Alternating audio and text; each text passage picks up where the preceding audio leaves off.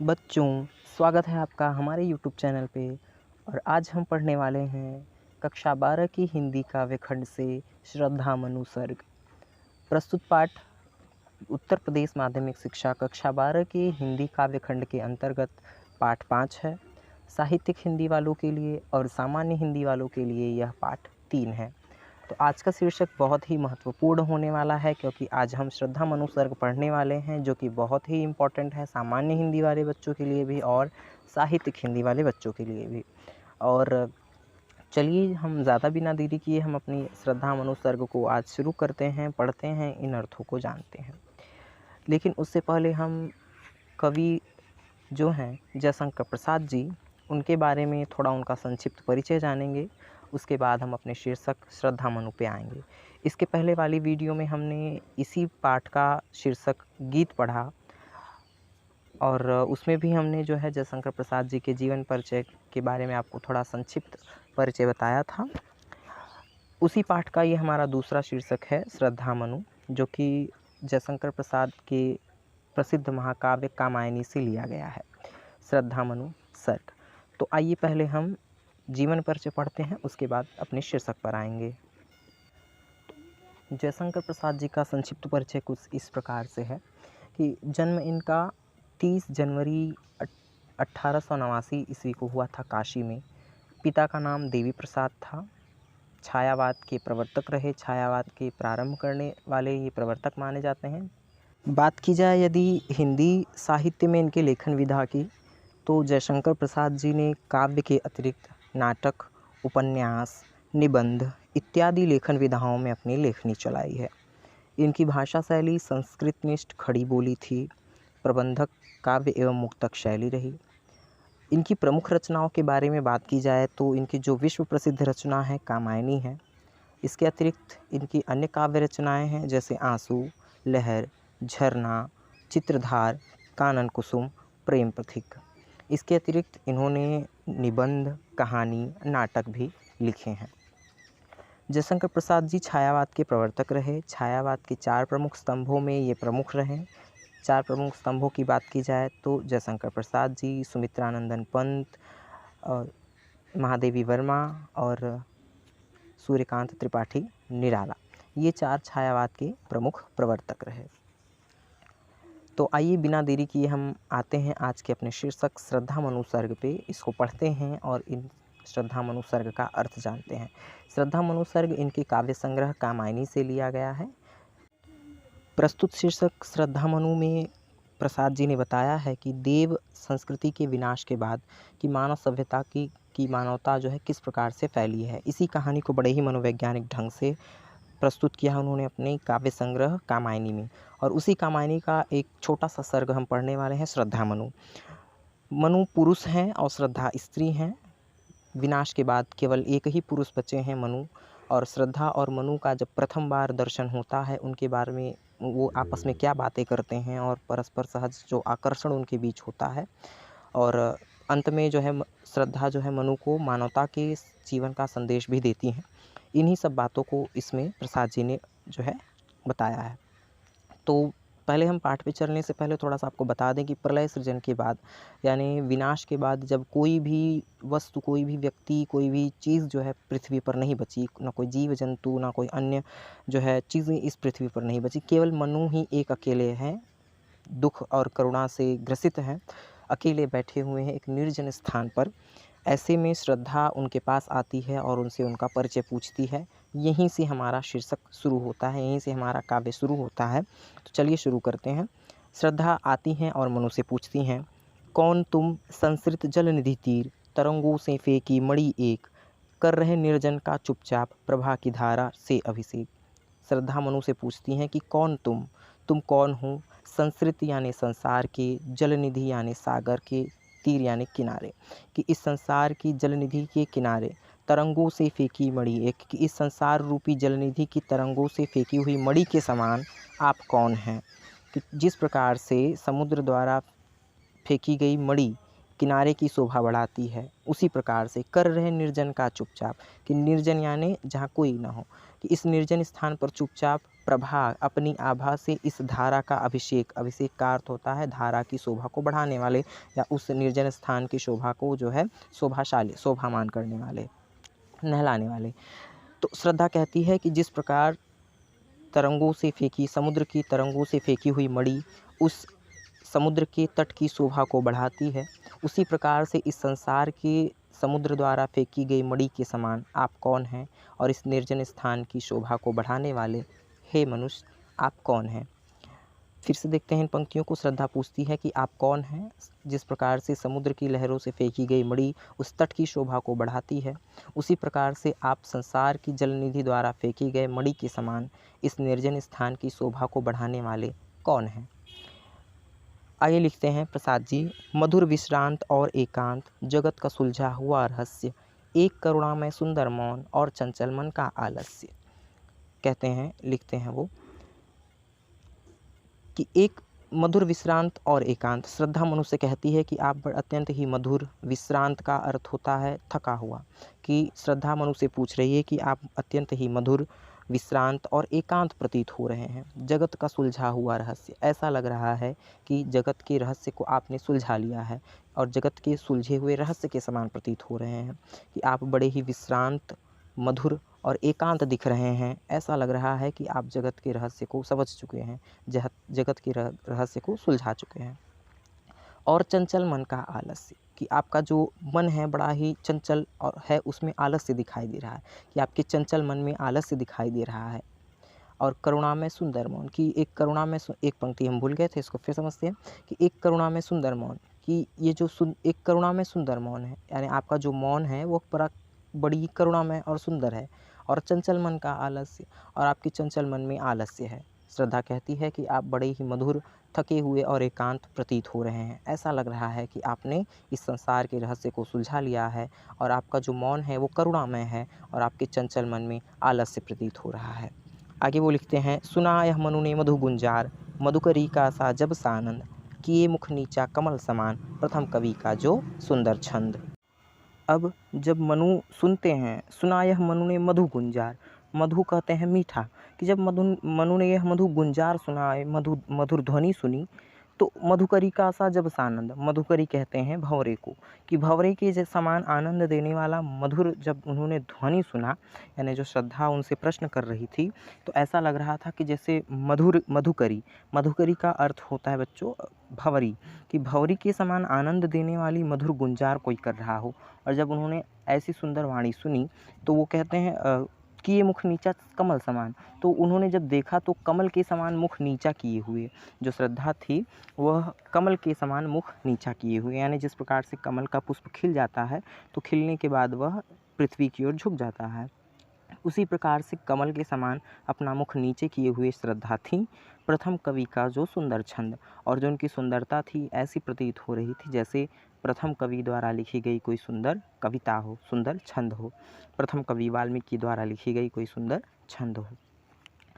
अर्थात जब श्रद्धा की ध्वनि सुनते हैं मनु, तो ऐसा लगता है जैसे कोई भंवरी का समूह आनंद से युक्त मधुर ध्वनि में गुंजार कर रहा हो। और जब वो देखते हैं श्रद्धा की ओर तो क्या देखते हैं कि श्रद्धा कमल के समान मुख नीचे किए हुए थी और उसकी सुंदरता ऐसी लग रही थी जैसे प्रथम कवि द्वारा रची कोई सुंदर छंद हो। आगे प्रसाद जी लिखते हैं, एक झटका सा लगा सहर्ष, निरखने लगे लुटे से कौन, गा रहा यह सुंदर संगीत, कुतूहल न रह सका फिर मौन। तो मनु को सहसा एक झटका सा लगा सहर्ष, एक झटका सा लगता है, और निरखने लगे लुटे से कौन, कि मनु जो है निरखने लगते हैं। निरखने का अर्थ होता है देखना, कि जब मनु इतनी सुंदर ध्वनि सुनते हैं तो वो उन्हें झटका सा लगता है, एक जो है आश्चर्य होता है और वो लुटे हुए के समान देखने लगते हैं श्रद्धा को। कौन गा रहा यह सुंदर संगीत, कि इतनी सुंदर वाणी में कौन वार्तालाप कर रहा है। सुंदर संगीत गाने का अर्थ है कि इतनी सुंदर वाणी में कौन बात कर रहा है। कुतूहल न रह सका फिर मौन, कुतूहल का अर्थ है कौतुक, या हम कह सकते हैं कुतूहल, कि उनके जो मन का कुतूहल था यानी बात करने की जो इच्छा थी, फिर वह मौन न रह सकी, यानी वो भी श्रद्धा से बात करना चाहते थे, उनके अंदर का जो कौतुक था वह फिर मौन नहीं रह सका। मौन का अर्थ है चुप। और देखा वह सुंदर दृश्य, नयन का इंद्रजाल अविराम, कुसुम वैभव में लता समान, चंद्रिका से लिपटा घनश्याम। कहते हैं कि और देखा वह सुंदर दृश्य, कि उन्होंने जब मनु ने वह सुंदर दृश्य देखा तो श्रद्धा के नेत्र जो थे इंद्रजाल अभिराम, अभिराम का अर्थ होता है सुंदर, कि अत्यंत ही सुंदर नेत्रों का जाल देखा श्रद्धा के। कुसुम वैभव में लता समान, कुसुम का अर्थ होता है पुष्प, वैभव कहते हैं कि सुंदरता, यानी लता जैसे कोई लता किसी वृक्ष की कुसुम की सुंदरता, पुष्प की सुंदरता से लदी हो, वैसी ही सुंदरता श्रद्धा की थी। चंद्रिका से लिपटा घनश्याम, चंद्रिका कहते हैं चांदनी, से लिपटा घनश्याम यानी बादल, कि जैसे चंद्रमा से कोई बादल लिपटा हो चंद्रिका से, वैसी ही श्रद्धा की सुंदरता थी। तो इन पंक्तियों को फिर समझते हैं। श्रद्धा की ओर जब देखते हैं मनु, तो उनकी जो सुंदरता थी वो ऐसी प्रतीत हो रही थी कि जो नेत्रों का सुंदर जाल इंद्रजाल के समान था। श्रद्धा के नेत्र जो है इंद्रजाल के समान सुंदर थे, ऐसा लग रहा था कि इंद्र का जाल हो। और उसकी जो सुंदरता थी वो ऐसी थी जैसे कोई लता पुष्प से लदी हुई हो, वैसी सुंदरता। और जो बादल हो वह चंद्रिका से लिपटा हुआ हो, वैसी ही सुंदरता श्रद्धा की थी। आगे लिखते हैं जयशंकर प्रसाद जी कि हृदय की अनुकृति बाह उदार, एक लंबी काया उन्मुक्त, सुशोभित मधु पवन क्रीड़ित जो शिशु साल, सुशोभित हो सौरभ संयुक्त। कि श्रद्धा के जो है शरीर के बारे में बता रहे हैं कि हृदय की अनुकृति बाह उदार, श्रद्धा की जो हृदय की आकृति थी वो बाह्य थी, अर्थात हृदय पे जो वक्षस्थल था जो वो बाहरी रूप से उदार था। एक लंबी काया उन्मुक्त, काया का अर्थ होता है शरीर, कि श्रद्धा जो थी वो बिल्कुल एक लंबी काया, उसका लंबा शरीर था और उन्मुक्त थी। और ऐसा प्रतीत हो रहा था जैसे मधु पवन क्रीड़ित जो शिशु साल, मधु कहते हैं वसंत को, कि वसंत के पवन यानी वसंत की हवा से क्रीड़ित यानी खेल करता हुआ, जैसे शिशु यानी कहते हैं बच्चे को, साल यानी साल का वृक्ष, साल एक पौधा होता है।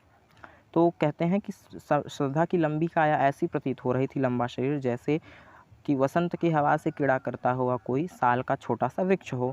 सुशोभित हो सौरभ संयुक्त, और सुशोभित हो रहा था सौरभ यानी सुगंध से, संयुक्त यानी युक्त, कि सुगंध से युक्त कोई जो है शिशु का छोटा सा पौधा वसंत की हवा से क्रीड़ा कर रहा हो, ऐसी ही सुंदरता श्रद्धा की थी। इन पंक्तियों को फिर समझते हैं। जो श्रद्धा का हृदय थी वो बाह्य थी, उभरी हुई थी, और उसका शरीर जो है लंबा था, उन्मुक्त था, ऐसा प्रतीत हो रहा था जैसे वसंत की हवा से क्रीड़ा करता हुआ कोई साल का छोटा सा वृक्ष सुगंध से युक्त हो, सुशोभित हो रहा हो।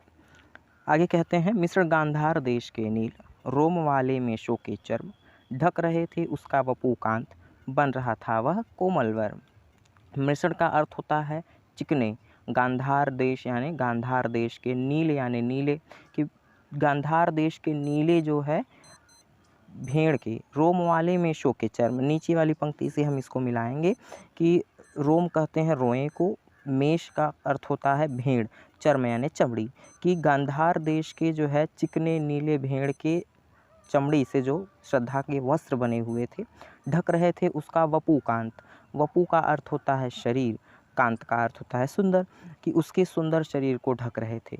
फिर से समझेंगे इन पंक्तियों को कि मिश्र गांधार के नीले भेड़ों के चर्म से बने हुए, रोए से बने हुए जो श्रद्धा के वस्त्र थे उसके सुंदर शरीर को ढक रहे थे। बन रहा था वह कोमल वर्म, और श्रद्धा के कोमल शरीर पर वह वर्म, वर्म का मतलब होता है कवच, कवच के समान दिख रहा था। कि मिश्र गांधार देश के नीले भेड़ के जो है, मिश्रण गांधार के जो है नीले भेड़ के चिकने चर्म से जो है श्रद्धा के वस्त्र बने हुए थे, जो कि उसके सुंदर शरीर को ढक रहे थे, और ऐसा प्रतीत हो रहा था कि उसके कोमल शरीर पे वो वस्त्र कवच का कार्य कर रहे हों, कवच के समान हों। नील परिधान बीच सुकुमार, खुल रहा मृदुल अधखुला अंग, खिला हो जो बिजली का फूल, मेघ बन बीच गुलाबी रंग। नील परिधान, नील का अर्थ होता है नीला, परिधान यानी वस्त्र, कपड़ा, बीच सुकुमार, कि नीले वस्त्रों के बीच, सुकुमार यानी सुंदर, कि नीले वस्त्रों के बीच जो श्रद्धा का सुंदर शरीर है, खुल रहा मृदुल अधखुला अंग, मृदुल यानी कोमल, अधखुला यानी कहीं से खुला खुला, अंग यानी शरीर, कि श्रद्धा उन नीले वस्त्रों के बीच में श्रद्धा का जो है अंग, जो सुंदर शरीर था वह कहीं कहीं से बीच में खुला हुआ था, यानी कहीं कहीं से उस नीले वस्त्र में से श्रद्धा का जो है अंग दिखाई दे रहा था शरीर का। खिला हो जो बिजली का फूल, मेघ बन बीच गुलाबी रंग।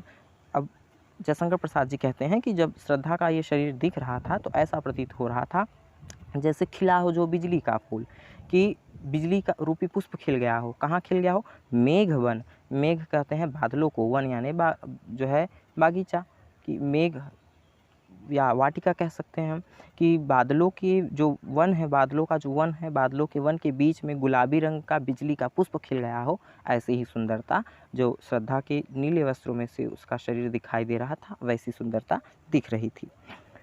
नीले वस्त्रों के बीच में श्रद्धा का जो मृदुल सुंदर अंग था कहीं कहीं खुला हुआ दिख रहा था, और वह अंग ऐसा प्रतीत हो रहा था दिखना जैसे बादलों के बागीचे में जो है बिजली का जो है गुलाबी रंग का पुष्प खिल गया हो।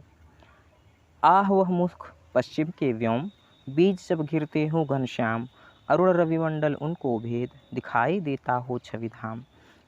कहते हैं कि आह वह मुख, की श्रद्धा का जो मुख था पश्चिम के व्योम, पश्चिम व्योम कहते हैं आकाश को, कि श्रद्धा का जो मुख था उसकी सुंदरता कैसी थी? जैसे पश्चिम के बादल होते हैं, बीच जब घिरते हों घनश्याम, कि जो घनश्याम का अर्थ होता है बादल, कि जब पश्चिम की ओर बादल घिरते हों, अरुण रविमंडल उनको भेद, अरुण कहते हैं सूर्य को, रविमंडल यानी अरुण कहते हैं लाल, रवि यानी सूर्य, कि जो सूर्य की लाल लाल किरणें होती हैं, मंडल का अर्थ होता है किरणें, जो सूर्य की लाल लाल किरणें होती हैं उनको छेदते हुए जैसी छवि धाम यानी सुंदरता दिखाई देती है।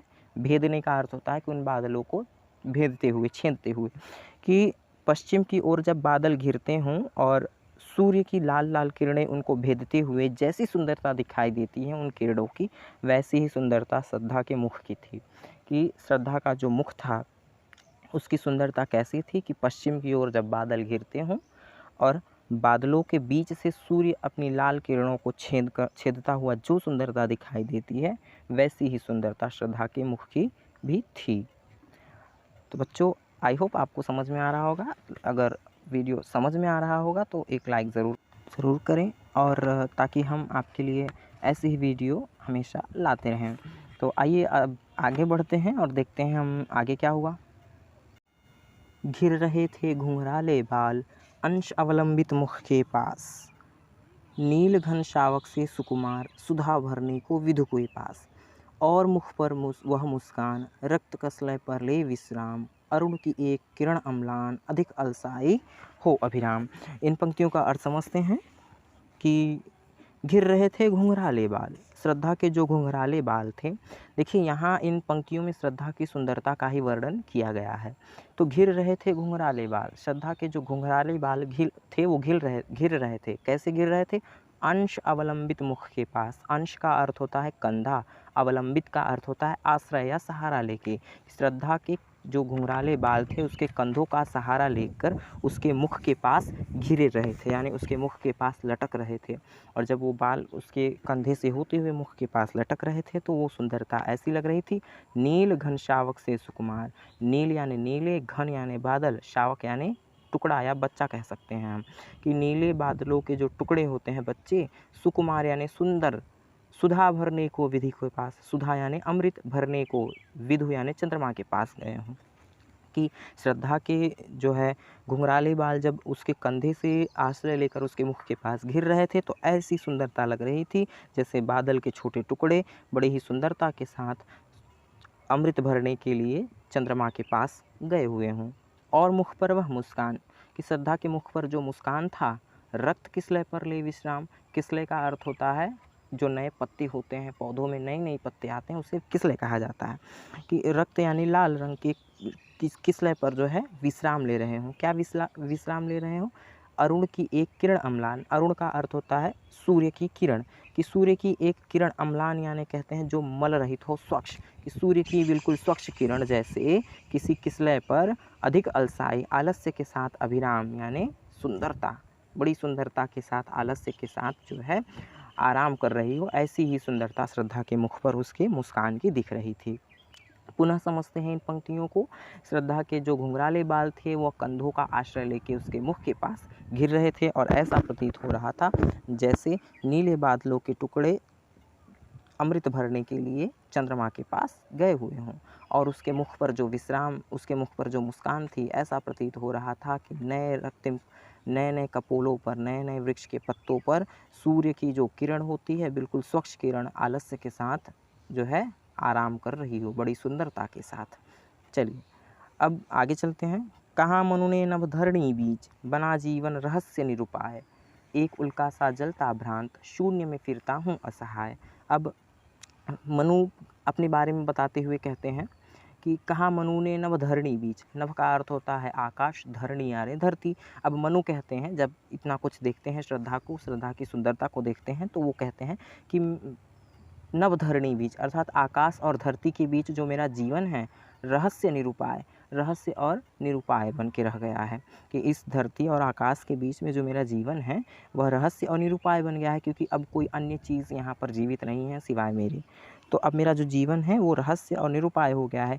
एक उल्का सा जलता भ्रांत, कि मेरा जीवन उसी प्रकार से हो गया है जिस प्रकार से एक उल्का, उल्का कहते हैं टूटे हुए तारे को, कि जिस प्रकार से एक टूटा हुआ तारा जलता हुआ शून्य में फिरता हूँ असहाय, कि एक जो टूटा हुआ तारा होता है वह संपूर्ण ब्रह्मांड में भ्रमण करता रहता है, उसी प्रकार से मैं भी इस संपूर्ण संसार में शून्य असहाय भ्रमण कर रहा हूँ। यानी मैं भी एक उल्का की भांति जो है इधर से उधर भटक रहा हूँ। मेरे जीवन का कोई जो है रहस्य नहीं, निरूपाय मेरा जीवन है इस धरती आकाश के बीच में। आगे वो कहते हैं, श्रद्धा से परिचय पूछ रहे हैं। श्रद्धा से परिचय पूछते हुए वो कहते हैं मनु कि कौन हो तुम वसंत के दूत, विरस पतझड़ में अति सुकुमार, घन तिमीर में चपला की रेख, तपन में शीतल मंद बयार। श्रद्धा का परिचय पूछते हैं। मनु कहते हैं कौन हो तुम वसंत के दूत, कि तुम कौन हो, क्या तुम वसंत के दूत हो, कि मेरा जीवन तो रहस्यमय और निरूपाय है, परंतु तुम कौन हो, क्या तुम वसंत के दूत हो। विरस पतझड़ में अति सुकुमार, कि विरस पतझड़ में, नीरस पतझड़ में अत्यंत ही सुंदर तुम कौन हो, कि इस निर्जन स्थान पर ठीक उसी प्रकार से जैसे विरस पतझड़ में अत्यंत ही कोई सुंदर हो, उसी प्रकार से तुम इस निर्जन स्थान पर कौन हो। घन तिमीर में चपला की रेख, घन यानी घने, तिमिर यानी अंधकार, कि घने बादलों के अंधकार में चपला यानी विद्युत, बिजली की जैसे रेख कौंध जाती है और जो सुंदरता दिखती है, वैसे ही इस निर्जन स्थान पर तुम इतनी सुंदर कौन हो। तपन में शीतल मंद बयार, और तपन यानी तपने में, तपन यानी अत्यंत ही जो है गर्मी में, तपन में तुम शीतल, और मंद यानी सुगंधित, धीरे धीरे जो वायु चलती है उसको मंद बयार कहा जाता है। बयार का अर्थ होता है हवा, कि शीतल मंद बयार की भांति तुम कौन हो। वो श्रद्धा से पूछती हैं तुम कौन हो, क्या तुम वसंत की दूत हो, विरस पतझड़ में अत्यंत ही सुंदर दिख रही हो, घने काले बादलों में जो है विद्युत की रेख के समान हो, और तपन में जो है शीतल सुगंधित वायु के समान हो, तुम कौन हो। अर्थात मनु श्रद्धा से परिचय पूछते हैं। कहने आगंतुक व्यक्ति मिटाता उत्कंठा सविशेष, दे रहा हो कोकिल सानंद, सुमन को जो मधुमय संदेश। अब कहने लगा आगंतुक व्यक्ति, आगंतुक का अर्थ होता है आया हुआ व्यक्ति, तो आई हुई श्रद्धा थी तो आगंतुक श्रद्धा हुई, तो श्रद्धा जो है कहने लगती हैं, बताने लगती हैं। मिटाता उत्कंठा सविशेष, जो मनु की उत्कंठा थी श्रद्धा के बारे में जानने की, उस विशेष उत्कंठा, सविशेष यानी विशेष, उस विशेष उत्कंठा को मिटाते हुए श्रद्धा अपना परिचय दे रही हैं। अब जब श्रद्धा अपना परिचय दे रही हैं तो ऐसा लग रहा था, दे रहा हो कोकिल सानंद, सानंद यानी आनंद से युक्त कोई कोकिल यानी कोयल, कि आनंद से युक्त कोई कोयल, सुमन यानी पुष्प को जो मधुमय संदेश, मधुमय यानी वसंत का संदेश दे रही हो। अर्थात जो श्रद्धा हैं जब अपना परिचय बताती हैं मनु को, तो ऐसा प्रतीत होता है जैसे कोई कोयल पुष्प को वसंत का संदेश दे रही हो।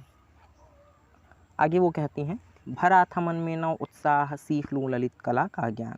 श्रद्धा अपने बारे में बताती हुई कहती हैं कि मेरे मन में नव उत्साह भरे हुए थे, नए उत्साह भरे हुए थे कि मैं ललित कला का ज्ञान सीख लूँ। ललित कला कहते हैं नृत्य या गायन और वादन का जो कला होता है उसे ललित कला कहा जाता है। श्रद्धा अपना परिचय देते हुए बताती हैं कि मेरे मन में नव उत्साह भरा हुआ था, नया उत्साह से परिपूर्ण मेरा मन था, और मैं चाहती थी कि मैं ललित कला का ज्ञान सीख लूँ।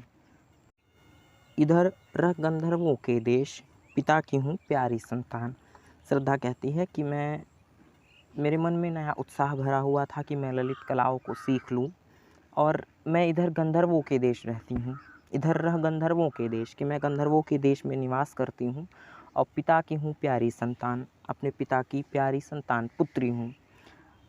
दृष्टि जब जाती हिमगिरी ओर, प्रश्न करता मन अधिक अधीर, धरा की यह सिकुड़न भयभीत, आह क्या है, आह कैसी है क्या है पीर। श्रद्धा कहती है कि दृष्टि जब जाती हिमगिरी ओर, कि मेरी दृष्टि जब इस हिमालय की ओर जाती है, दृष्टि यानी नज़र, ये मेरी जो नज़र है इन हिमालय पर्वतों की ओर जाती है, तो प्रश्न करता मन अधिक अधीर, अधीर का अर्थ होता है व्याकुल, कि मेरा मन जो है बड़ी व्याकुलता के साथ प्रश्न करता है कि धरा की यह सिकुड़न भयभीत, की धरा की जो ये सिकुड़न है, ऊबड़ खाबड़ है धरा, अर्थात हिमालय की जो सिकुड़न है, यह क्या है, कैसी भयानक स्थिति है, आह कैसी है क्या है पीर, कि धारा की यह धरती की यह कैसी पीर और क्या वेदना क्या कष्ट है। बढ़ा मन और चले ये पैर, कि मेरे मन में ये प्रश्न जो है बढ़ने लगा, मेरे मन में बड़ी व्याकुलता के साथ ये प्रश्न आने लगा, तो मेरे पैर स्वयं चलने लगे। शैल मालाओं का श्रृंगार, शैल कहते हैं पर्वतमालाओं का जो ये श्रृंगार था, उसको देखने के लिए। आँख की भूख मिठी यह देख, आह कितना सुंदर सांभार। श्रद्धा कहती है कि जब मेरे मन में यह प्रश्न आने लगा कि धरा की कैसी सिकुड़न कैसी भयभीत है, तो मेरे मन में ये प्रश्न आया और मैं स्वयं चल पड़ी। और जब मैंने यहाँ की शैल मालाओं अर्थात पर्वत की मालाओं श्रृंखला को देखा, श्रृंगार यानी सुंदरता को देखा, तो मेरे नेत्रों की जो भूख थी, मेरे मन में जो प्रश्न था वो समाप्त हो गया। आँख की भूख मिटी यह देख, मेरे नेत्रों की जो भूख थी वह यह देख कर मिट गई कि यह कितना सुंदर संभार, कि कितना सुंदर जो है यह दृश्य है, ये जो सांभार यानी पर्वत हैं कितने सुंदर हैं, इसको देखकर मेरे नेत्रों की जो भूख थी अर्थात इनको जानने के बारे में, इनके विषय में, वो समाप्त हो गया। आगे वो कहती है श्रद्धा, यहाँ देखा कुछ बलि का अन्न, भूत हितरत यह किसका दान, इधर कोई है अभी सजीव, हुआ ऐसा मन में अनुमान। श्रद्धा कहती है कि जब मैं यहाँ इन पर्वतमालाओं को देख रही थी, तो मैंने यहाँ बलि का अन्न देखा। बलि का अन्न मतलब जो हम जो है पशुओं या जो है अन्य लोगों के लिए दान कर देते हैं, वो बलि का अन्न कहलाता है। श्रद्धा कहती है कि मैंने जब यहाँ कुछ बलि का अन्न यानी दान किया हुआ अन्न अनाज देखा, तो भूत हित रथ अर्थात मनुष्यों के हित यानी हित के लिए, रत यानी दिया हुआ, कि मनुष्यों के हित के लिए दिया हुआ यह किसका दान हो सकता है, जीवों के हित के लिए यह किसका दान हो सकता है। इधर कोई है अभी सजीव, कि ज़रूर यहाँ कोई अभी जीवित है। हुआ ऐसा मन में अनुमान, मेरे मन में ऐसा अनुमान हुआ कि अभी कोई यहाँ जीवित है। जब मैंने यहाँ कुछ अन्न देखा बिखरा हुआ, कि लोगों के कल्याण के लिए पड़े हुए अन्नों को देखा, अनाज को देखा, तो मेरे मन में यह प्रश्न आया कि अभी निश्चित है कोई इधर शायद सजीव है। आगे वो कहती है, तपस्वी क्यों इतने हो क्लांत, वेदना का यह कैसा वेग, आह तुम कितने अधिक हताश, बताओ यह कैसा उद्वेग। अब श्रद्धा कहती है कि जब मैंने देखा कि यहाँ जीवों के हित के लिए कुछ अन्न का दाना पड़ा हुआ है, तो मैं इस ओर आई। मुझे ऐसा अनुमान हुआ कि शायद कोई मनुष्य भी जीवित है पृथ्वी पर। तो मैंने यहाँ आकर तुम्हें देखा, हे तपस्वी तुम इतने क्लांत अर्थात थका हुआ, क्लांत का मतलब होता है थका, तुम इतने थके हुए क्यों हो, वेदना का यह कैसा वेग, कि पीड़ा का तुम्हारे अंदर ये कैसा वेग दिखाई दे रहा है। आह तुम कितने अधिक हताश, कि तुम कितने अधिक हताश दिखाई दे रहे हो। हताश का अर्थ होता है निराश, कि तुम कितने निराश दिखाई दे रहे हो। बताओ यह कैसा उद्वेग, कि ये कैसा कष्ट है तुम्हें। श्रद्धा पूछती है कि हे तपस्वी, जब मैंने ऐसा अनुमान किया कि अभी कोई यहाँ जीवित होगा, तो मैं इस ओर आई और मैंने तुम्हें देखा, तो तुम इतने क्लांत इतने थके हुए क्यों हो, और पीड़ा का तुम्हारे अंदर ये कैसा वेद दिखाई दे रहा है, वेदना का। तुम कितने अधिक हताश निराश दिखाई दे रहे हो, बताओ ये कैसा कष्ट है तुम्हें। श्रद्धा मनु से पूछती है कि क्योंकि मनु जो है एकांत में बैठे हुए निर्जन स्थान पर बिल्कुल जो है क्लांत बैठे हुए हैं करुणा में, तो श्रद्धा कहती है कि तुम इतने अधिक हताश क्यों हो, तुम्हें क्या वेदना क्या कष्ट है। ऐसा श्रद्धा मनु से पूछती है और अपना परिचय पीछे दे चुकी हमने देखा, अब वो मनु से पूछ रही है। आगे श्रद्धा कहती हैं कि दुख की पिछली रजनी बीच, विकसता सुख का नवल प्रभात, एक पर्दा यह झीना नील, छिपाए है जिसमें सुख गात। श्रद्धा कहती हैं कि दुख की पिछली रजनी बीच, कि दुख की पिछली रात्रि के बीच, विकसता सुख का नवल प्रभात, विकसता अर्थात विकसित होता है सुख का नवल यानी नया प्रभात यानी सवेरा, कि दुख की रात्रि के बीच में यानी दुख रूपी रात्रि जब बीतती है, तो उसमें सुख रूपी नया सवेरा विकसित होता है। एक पर्दा यह झीना नील, कि जो यह कष्ट है यह एक पर्दे के समान है। झीना का अर्थ होता है जो बहुत ही पतला हो, कि एक पतले पर्दे के समान यह नील यानी आकाश है, छिपाए है जिसमें सुखगात, कि जो अपने आप में जो है स्वयं में संपूर्ण सुखों को समाहित किए हुए है। तो यह दुख का जो पर्दा है ये बिल्कुल झीना पतला है। फिर समझते हैं इन पंक्तियों को। श्रद्धा कहती है कि दुख की जब पिछली रात्रि बीतती है तो सुख का एक नया सवेरा विकसित होता है, और यह जो दुख रूपी पर्दा है अत्यंत ही झीना, अत्यंत पतला है, और जो अपने आप में बहुत सारे सुखों को छिपाए हुए है। केवल इस पर्दे को हटाने की आवश्यकता है और सुख तुम्हारे लिए तत्पर होगा। आगे श्रद्धा कहती हैं, जिसे तुम समझे हो अभिशाप, जगत की ज्वालाओं का मूल, ईश का वह रहस्य वरदान, कभी मत इसको जाओ भूल। श्रद्धा मनु से कहती है कि जिसे तुम अभिशाप समझ रहे हो, जिस दुख को तुम शाप समझ रहे हो, जगत की ज्वालाओं का मूल और संसार की दुखों का मूल समझ रहे हो। ज्वालाओं से यहाँ आशय हम समस्याओं से लगाएंगे। श्रद्धा कहती है कि जिस दुख को तुम अभिशाप समझ रहे हो, संपूर्ण संसार की जो है समस्याओं का मूल समझ रहे हो, जिसे तुम श्राप समझ रहे हो, जिस दुख को, ईश का वह रहस्य वरदान, ईश अर्थात ईश्वर, कि ईश्वर का वह रहस्यमय वरदान है, कभी मत इसको जाओ भूल, कि इसे भूलो मत, कि ये जो है दुख ईश्वर का रहस्यमय वरदान है तुम्हारे लिए, तुम इसे अभिशाप और संसार की समस्याओं का मूल मत समझो। आगे कहती हैं, आगे अब मनु कह रहे हैं, लगे कहने मनु सहित विषाद, मधुर मारुत से ये उच्छ्वास, अधिक उत्साह तरंग आबाद, उठाते मानस में सविलास। मनु कहते हैं, लगे कहने मनु सहित विषाद, विषाद का अर्थ होता है दुख, कि दुख के साथ मनु कहने लगे। जब ऐसा उन्हें श्रद्धा कहती है तो मनु जो है दुख के साथ कहने लगते हैं कि मधुर मारुत से ये उच्छ्वास, उच्छ्वास का मतलब होता है जब हम बोलते हैं तो मुख से जो हवा निकलती है उसे उच्छ्वास कहा जाता है। मारुत यानी मारुत पर्वत से आने वाली जो तुम्हारी ये उच्छ्वास है, मधुर मीठे और मधुर जो उच्छ्वास हैं, अधिक उत्साह तरंग आबाद, कि अत्यंत ही उत्साह के साथ आबाद तरंगे उठाते मानस में सविलास, कि मेरे मानस अर्थात मन में, कि मेरे मन में अधिक उत्साह के साथ सुंदर तरंगे उठाते हैं। मनु कहने लगते हैं कि ये तुम्हारे उच्छ्वास हैं, मधुर उच्छ्वास जब तुम कहती हो तो मेरे मन में जो है अत्यंत ही उत्साह और आबाद तरंगे मेरे मन में उठाने लगते हैं। किंतु जीवन कितना निरुपाय, देख लिया नहीं संदेश, निराशा है जिसका परिणाम, सफलता का वह कल्पित गेह। आगे कहते हैं मनु कि किंतु ये जीवन जो है ये कितना निरुपाय है, लिया है देख नहीं संदेश, संदेश नहीं, यहाँ संदेह होना चाहिए, कि ये कोई संदेह नहीं है कि ये जो जीवन निरुपाय है। निराशा है जिसका परिणाम, कि इस जीवन का एक ही परिणाम है निराशा। सफलता का वह कल्पित गेह, कल्पित का अर्थ होता है कल्पना, गेह यानी घर, कि सफलता का केवल यहाँ कल्पना किया जा सकता है, सफलता केवल एक गेह घर के समान है, और इस जीवन का परिणाम तो केवल निराशा ही है। कहा आगंतुक ने सस्नेह, अरे तुम इतने हुए अधीर, हार बैठे जीवन का दांव, जीतते मरकर जिसको वीर। अब जब मनु ऐसा कहते हैं कि ये जीवन जो है निरुपाय है, इसका परिणाम केवल निराशा है, सफलता केवल कल्पना मात्र है, तो अब सस्नेह यानी प्रेम के साथ जो आगंतुक व्यक्ति अर्थात आए हुई श्रद्धा है वो कहती है, अरे तुम इतने हुए अधीर, कि तुम इतने अधीर क्यों हो गए हो, असहाय, अधीर का अर्थ होता है असहाय, कि तुम इतने असहाय क्यों हो गए हो। हार बैठे जीवन का दांव, कि जीवन के दांव को तुम हार बैठे हो, जीतते मरकर जिसको वीर, कि जो वीर पुरुष होते हैं उस जीवन के दांव को वो मरकर जीत जाते हैं, और तुम तो जीते जी इस जीवन का दांव हार गए हो। तो श्रद्धा जो है सस्नेह प्रेम के साथ कहने लगती है कि तुम इतने अधिक अधीर क्यों हो गए हो, असहाय। जो वीर व्यक्ति होते हैं वह जीवन के दांव को मरकर भी जीत जाते हैं, और तुम जीवन का दांव ऐसे ही हार गए हो। बच्चों, आज की वीडियो में बस हम यहीं तक पढ़ेंगे, क्योंकि ये पार्ट बहुत ज़्यादा बड़ा है, और अगर हम इस पूरे पार्ट को कवर करेंगे तो वीडियो बहुत ज़्यादा लंबा हो जाएगा। इससे बेहतर है हम इसको 2 भागों में कर पढ़ें। 2 भाग में पढ़ेंगे तो थोड़ा थोड़ा करके हम इसे बड़ा आसानी से समझ सकते हैं। तो आज की वीडियो में बस हम यहीं तक पढ़ने वाले हैं, इसके आगे वाले पार्ट को हम इसके दूसरे भाग में कंटिन्यू करने वाले हैं। लेकिन जाने से पहले आप लोगों से एक बार रिक्वेस्ट है कि अगर अभी तक आपने हमारे चैनल को नहीं सब्सक्राइब किया है तो रेड कलर वाले सब्सक्राइब बटन को दबा के हमारे चैनल को सब्सक्राइब करना ना भूलें, और बगल में आने वाले बेल आइकन को भी ऑल पर सेट करना ना भूलें, ताकि आने वाली हर वीडियो का नोटिफिकेशन आप तक पहुंचता रहे। और वीडियो पसंद आया हो, व्याख्या समझ में आई हो तो इस वीडियो को लाइक करें और अपने मित्रों में अधिक से अधिक साझा करें, ताकि वो भी घर बैठे आसानी से पढ़ाई करते रहें।